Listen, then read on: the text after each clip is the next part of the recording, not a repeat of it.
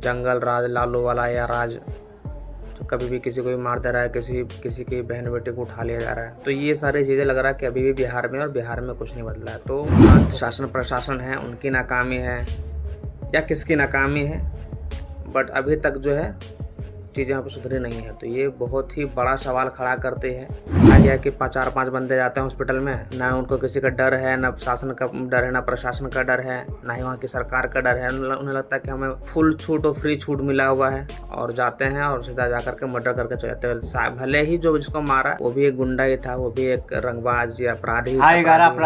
जब तक इसमें प्रशासन की मिली भगत नहीं हो सकती है, तब तक तो ऐसा कुछ होने की बात ही नहीं है। क्योंकि पारस हॉस्पिटल कोई मामूली हॉस्पिटल तो है नहीं, वो बहुत बड़ा हॉस्पिटल है। वहाँ पे सिक्योरिटी होती है, बहुत सारे सीसीटीवी कैमरा तो खैर दिखा ही है, पर फिर भी सिक्योरिटी वगैरह होती है। पुलिस वगैरह तो हमेशा हॉस्पिटल के बाहर होते ही हैं। तो बिना उनसे मिले जुले तो ये सवाल ही नहीं है कि गुंडे अंदर घुस जाए और जाकर मार दें। कैसे लोग एडीजी बन गए हैं लोग, और इतने बड़े पद पे कैसे पहुंच के भगवान ही जाने। क्योंकि बिहार में तुम्हें पता ही है कि घूसखोरी चलता है। कोई भी मास्टर, टीचर या कोई भी नौकरी वहाँ पर सरकारी नौकरी मिलती है, बिना रिश्वत दिए या बिना कुछ किए नहीं होता है। आप 20-25 लाख रुपए दो SI बन जाओगे, 50 लाख रुपए दो ADG बन जाओगे। वैसे ही होंगे, 50 लाख वाले ही होंगे भाई। तभी इनकी मानसिकता जो है किस तरह, सारी गलती सरकार की है इसमें। तो एडीजी साहब कह रहे हैं जून जुलाई अगस्त का जो महीना होता है, ये इसमें जो किसान हैं बेरोजगार होते हैं, किसानों के पास काम धंधा नहीं होता। मई जून में ज्यादा मर्डर होते आई है वर्षों से। जब तक बरसात नहीं होती है ये सिलसिला जारी रहता है, क्योंकि ज्यादातर किसान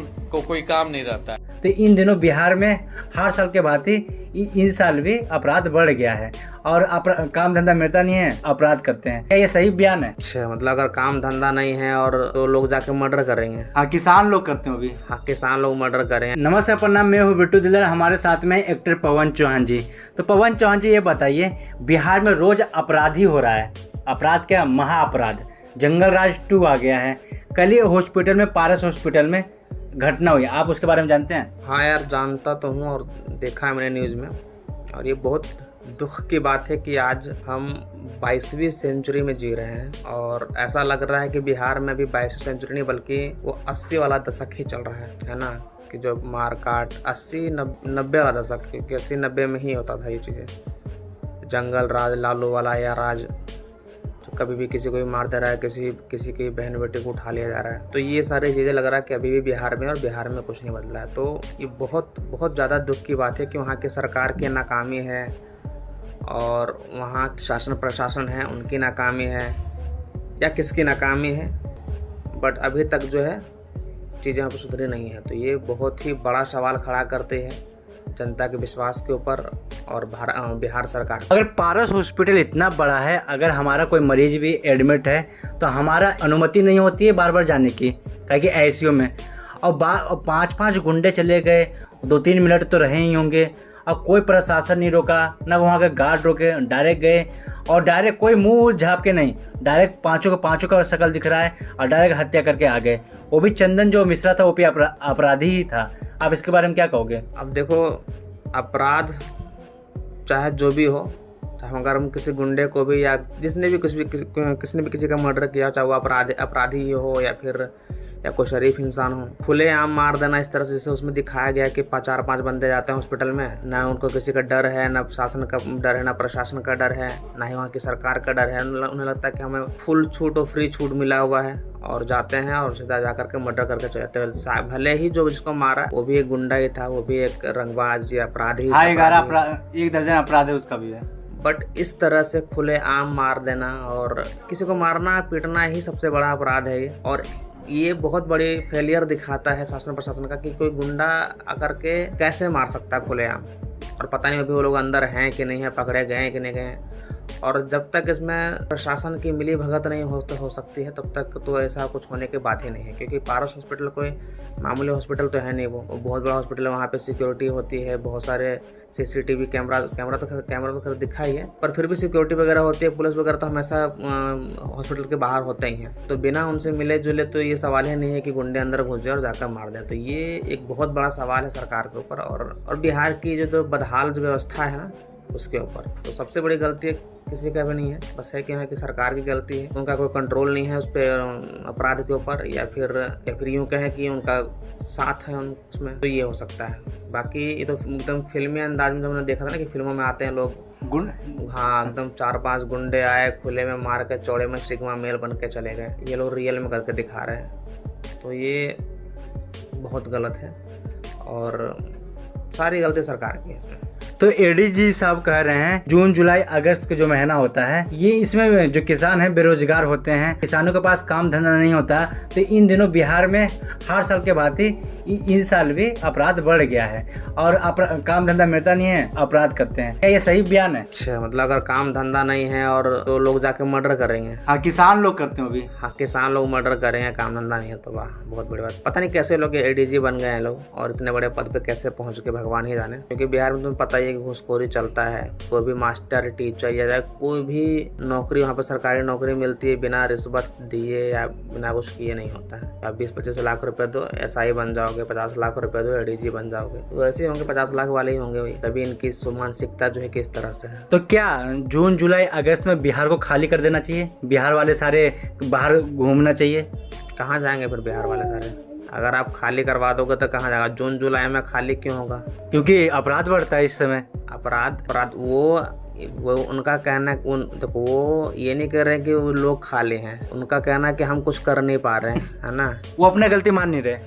अपनी गलती कोई थोड़ी मानता है यार, अपने देह को कौन खट्टे बोलता है। तो वही बात है। तो कुल मिला के बात उनकी वही है कि मैं कुछ नहीं कर पा रहा हूँ, मेरे बस की बात नहीं हो रही है, और ब्लेम जो है सीधा लोगों पर डाल रहे हैं कि खाली है तो मर्डर कर रहे हैं। भाई खाली में कौन मर्डर करता है बताओ? किसी को शौक चढ़ा हुआ मुझे जेल जाना है या किसी को मार देना है। बात सिंपल सी है कि सरकार भी अपना काम कर नहीं रही है, सिर्फ नौकरी का नाम पे अपना सैलरी उठाते हैं, जाते हैं, उनको मतलब है ही नहीं समाज से, समाज में क्या बुरा चल रहा है, क्या चीज़ें खराब हो रही हैं, क्या दिक्कत हो रही है, उनको मतलब ही नहीं है। सिर्फ महीने की सैलरी उठानी है, जो है 1 घंटे लेट होकर जाते हैं। ये लोग DIG है, सबका पेट इतना बड़ा निकला खा पेट निकला। जितने भी बिहार के पुलिस है, कोई भी फिट पुलिस है, कोई भी फिट नहीं, सारे का सबका तोन निकला हुआ है। 2 कदम चल नहीं सकते, भागने की तो बात ही खत्म करो। तो क्या ये लोग गुंडों को पकड़ेंगे? तो ये लोग सिर्फ सरकारी पैसा खा के तोन फुला रहे हैं और कुछ करते ही नहीं है। और जब उनसे कुछ नहीं होता तो सीधा ब्लेम डालते हैं लोगों पर कि लोग खाली हैं, काम धंधा नहीं है, तो लोगों को मार रहे हैं, अपराध कर रहे हैं। तो ये उनकी ये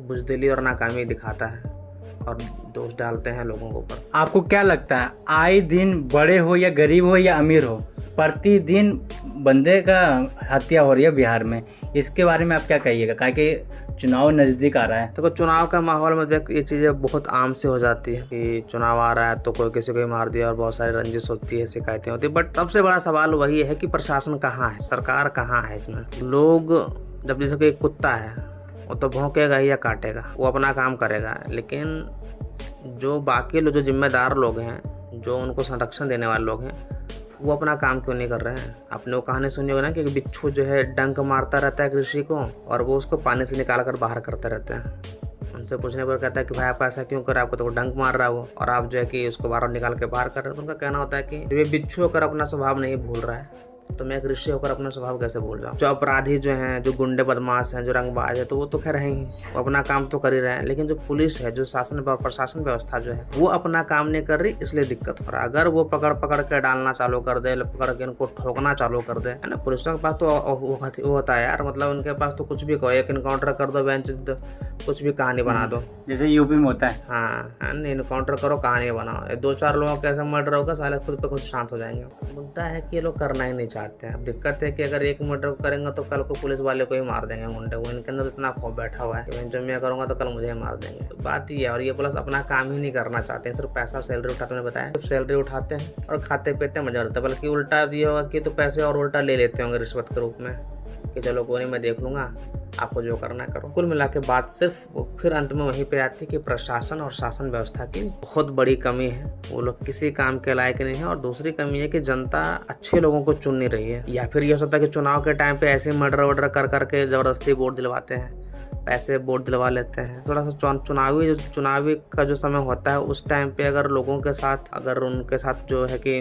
बढ़िया तरीके से उनका वोट का इस्तेमाल करा जाए तो शायद ये भी बिहार की जनता को भी अच्छी सरकार चुनने। बट वही है कि बिहार में यार रंगबाजी पे और पैसे पे बहुत सारा वोट बिक जाते हैं। जिस कारण जो है कि लोग बन जाते हैं। अब जैसे अनंत सिंह जैसा नेता हो गया, पप्पू यादव जैसे नेता हो गए, सब क्या सब गुंडे बदमाशी तो थे एक टाइम पे, और आज नेता बन के बैठा हुआ है। ये लोग क्या समाज का विकास करेंगे? और जितने भी गुंडे होंगे सब इनके कॉन्टेक्ट के ही होंगे ना, जो बड़े बड़े सुधीर करके कुछ है, कोई है, वो सब गुंडा ही तो है। ये सब है क्या चीज़? तो वही बात है। तो ये लोग एक तो अपने बंदूक के दम पे वोट ले लेते हैं या पैसे के दम पर ले लेते हैं, और इसी कारण बिहार बढ़ता चला जा रहा है। तो आने वाले जो चुनाव है, आप किसको नेता मानना चाहते हो? आरजेडी को, बीजेपी को, लोजपा को, या अनंत किशोर को? प्रशांत किशोर। हाँ वही, हाँ प्रशांत किशोर।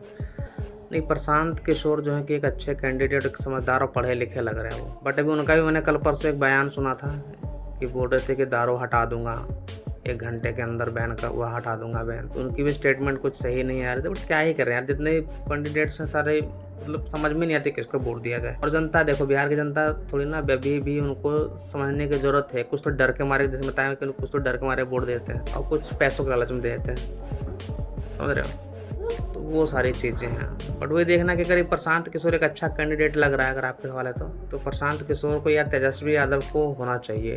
तेजस्वी यादव है वो, कौन?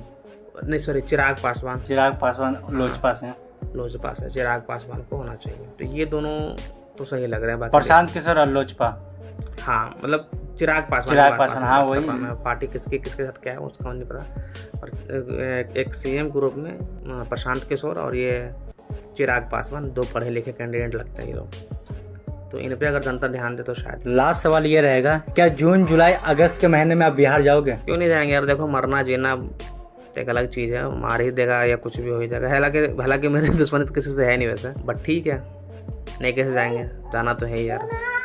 और ज़रूरत पड़ेगा तो एकदम जाएंगे। और बस वही बात है कि शासन व्यवस्था अपनी चीज़ों को देखे, दूसरा ब्लेम डालना बंद कर दे। जो आपको सुरक्षा प्रदान करता है, आपके पुलिस वाले ही बोल रहे हैं कि जून जुलाई अगस्त में अपराध ज़्यादा बढ़ जाता है, तो आप कैसे कर रहे हो कि बिहार जाना चाहिए? अपराध देखो, अपराध भी बढ़ता है तो उसमें अपराध का भी एक वो होता है, जैसे कि अब मुझे कोई फालतू तो मार नहीं देगा। मेरी कोई बैकवर्ड दुश्मनी चल रही होगी या मेरे से किसी से कोई रंजिश होगी, जलन होगी, तो वही लोग मुझे मारेंगे ना। तो कुछ लोगों का ये भी है, लोगों में थोड़ा सा होना चाहिए कि यार आपस में सब मिलजुल कर रहो, सब एक दूसरे से भाई की तरह सहयोग बना कर रहो, तो ये चीज़ें होगी ही नहीं। बाकी कुछ तो गुंडे होते हैं साले खत्म, जो चोरी चकारी करते हैं, लूट मार करते हैं, वो लोग मारपीट देते हैं। अब एक दूसरे दुश्मनी होगी तो जाहिर से बातें कोई भी निकालेगा। तो वो चीज़ें कि हमें आपस में भी मिलजुल कर रहना चाहिए। और प्रशासन जब बोल रही है कि मई जून में जो होते हैं, जो लोग खाली रहते हैं, तो वो प्रशासन की कमी है, वो उनकी जो उनकी जो है ना केयरलेस दिखाता है अपने कामों में,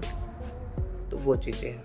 लास्ट सवाल ये रहेगा कि जो पारस हॉस्पिटल है उसको बैन कर देना चाहिए कि नहीं करना चाहिए? अरे यार, इसमें हॉस्पिटल की क्या गलती है? बट ये कि हाँ, वहाँ पारस हॉस्पिटल की सिक्योरिटी पर तो सवाल उठना ही चाहिए। ये तो बहुत बड़ी चीज़ है कि अगर इतने बड़ा हॉस्पिटल में कोई बंदा घुस गया ऐसे ही बंदूक लहराते हुए, तो वहाँ की सिक्योरिटी के पे तो सवाल है ही। बंदूक लहराते हुए नहीं, रंगदारी दिखाते हुए पूरा एकदम। हाँ, तो वही हुआ ना, बंदूक लहराना, रंगदारी दिखाना, सेम एक ही चीज़ हुआ। तो वहाँ की सिक्योरिटी पर यह सवाल उठता है कि कैसे कोई घुस गया, और वहाँ पे कोई मतलब स्कैनर नहीं है तुम्हारे पास, क्या नहीं हॉस्पिटल में घुसने के लिए। तो ये बहुत सारी चीज़ों पर होता है। तो एक बार वहाँ के जो मैनेजमेंट है, जो पारस हॉस्पिटल का, उसके छानबीन की जरूरत है, और उसको बर्खास्त कर सकते तो कर दो, वरना हॉस्पिटल बंद करना तो उचित है नहीं। हॉस्पिटल में तो बहुत ज़रूरी है यार कि लोगों के संरक्षण के लिए होता है, बट वहाँ के मैनेजमेंट को ज़रूर करना चाहिए कुछ उनके साथ। तो ये थे पवन चौहान जी, जो कि बिहार के बारे में बोले, बिहार के जो कमी के है वो उसके बारे में बोले। क्या इनके बातों से सहमत है? कमेंट करके जरूर बताएं।